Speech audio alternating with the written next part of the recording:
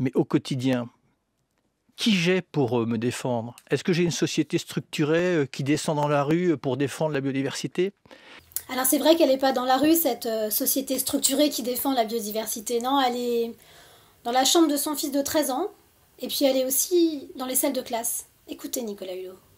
Bonjour Monsieur les ministres, ici c'est la classe de CM2 qui vous parle à Poissy. Cette année, nous avons travaillé sur la biodiversité, nous avons aussi participé au Parlement des enfants et pour finir, nous avons fait une classe découverte. Hubert Reeves a été notre inspiration. Il est venu dans notre école pour nous parler de la biodiversité.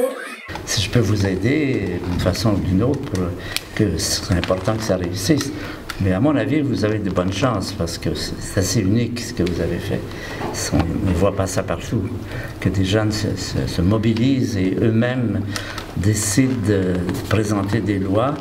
On bouge nos familles, notre député, maintenant le monde. Pouvez-vous nous rencontrer s'il vous plaît? S'il vous plaît!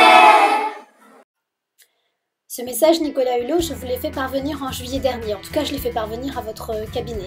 Parce que ces élèves de CM2 souhaitaient absolument vous rencontrer pour continuer leur investissement et leur projet.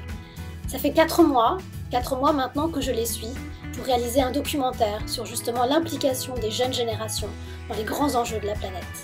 Depuis 1 an, ils travaillent ardemment avec leur professeur des écoles, Anaïs Villeuk, qui a souhaité les sensibiliser aux grands enjeux environnementaux qui nous concernent tous, comme vous l'avez rappelé.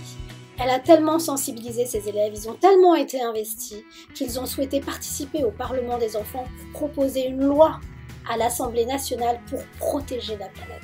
Et en plus de ça, ils ont Hubert Reeves comme parrain. Quel coach exceptionnel! Et ils se sont pas arrêtés là. Une fois qu'ils avaient décidé de leur loi, vous savez ce qu'ils ont fait?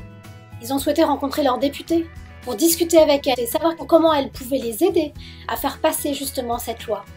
Et là, le rendez-vous est pris pour qu'à cette rentrée parlementaire, nous puissions organiser une commission avec des experts de l'environnement. C'est pour ça qu'ils voulaient vous rencontrer aussi, pour vous faire part de leur implication au plus haut niveau. Ils sont ce qu'on appelle particulièrement au taquet. Et oui, parce que quand on a 11 ans, on a l'énergie, on a l'enthousiasme, on pense qu'on peut déplacer des montagnes. Et je crois qu'ils ont vraiment raison. Alors vous imaginez un peu leur déception. Hier, je les ai eus au téléphone, ils étaient complètement abasourdis en se disant « Mais comment on va faire? On voulait tellement rencontrer Nicolas Hulot pour lui montrer qu'on a compris et qu'on est là et qu'on est solidaire. » Alors oui, cher Nicolas Hulot, cette société qui défend la biodiversité, elle n'est pas dans la rue. Enfin, elle n'est pas encore dans la rue. Mais elle est dans les salles de classe et elle a 11 ans. Elle s'appelle Soujoud, Mohamed, Joshua, Thomas, Maëlys, et aussi Anaïs et Hubert, et Elsa. Mais comme vous l'avez dit hier, il faut savoir être disruptif, savoir essayer de créer de nouvelles opportunités par rapport à ce qui arrive. Alors c'est vrai, quand on a 11 ans aussi, on ne peut pas être taxé d'appartenir à un quelconque lobby. Et c'est peut-être là qu'il y a quelque chose à creuser.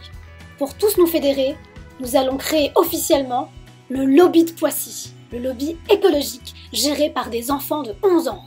Moi, ce que je vous propose, Nicolas Hulot, maintenant que vous êtes un peu dispo, c'est de nous rejoindre dans le lobby de Poissy, pour faire en sorte que ce documentaire, qui montre que les jeunes générations sont sensibilisées à tel point qu'elles veulent s'investir au plus haut niveau de l'État et proposer une loi pour protéger la planète, que ce documentaire il soit largement vu.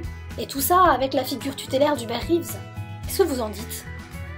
Ouais, moi j'aimerais bien que vous deveniez membre d'honneur du lobby de Poissy. Je crois que si on vous écoute bien, vous allez avoir du mal à dire non.